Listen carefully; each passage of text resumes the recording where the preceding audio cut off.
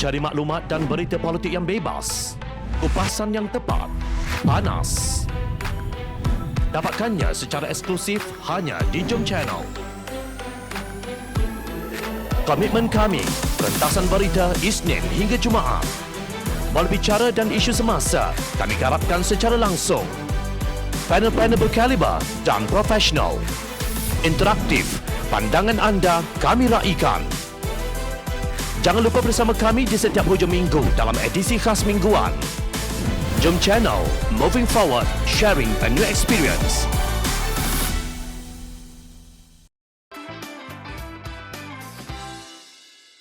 Sambutan Hari Malaysia yang berbeza. Hari Malaysia ialah hari yang istimewa kerana ia merupakan hari persekutuan Tanah Melayu. Sekarang dikenali sebagai Semenanjung Malaysia, bersama-sama Sabah dan Sarawak membentuk Malaysia. Namun yang ramai tidak tahu ia juga hari penubuhan Parti Amanah Negara Amanah. Parti Amanah kini telah pun mencecah usia 6 tahun. Presiden Amanah Muhammad Sabu dalam perutusan menyambut hari yang penuh bermakna berkata negara ini unik kerana pelbagai bangsa dan suku yang berbeza agama, budaya dan bahasa boleh duduk sebumbung, hidup secara aman dan damai. Bagaimanapun beliau melihat beberapa wilayah dan daerah yang masih ketinggalan dari segi pembangunan berbanding di kawasan-kawasan bandar.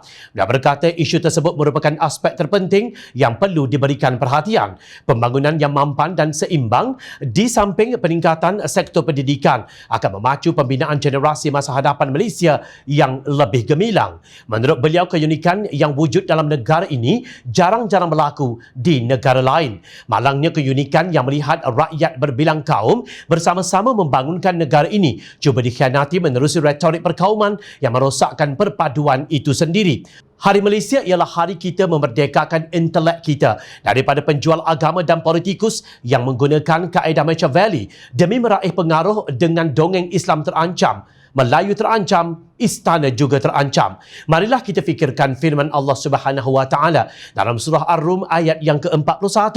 Terjemahannya, telah timbul pelbagai kerosakan dan bala bencana di darat dan di laut dengan sebab apa yang telah dilakukan oleh tangan manusia. Timbulnya yang demikian kerana Allah hendak merasakan mereka sebahagian daripada balasan perbuatan-perbuatan buruk yang mereka telah lakukan supaya mereka kembali insaf dan bertaubat.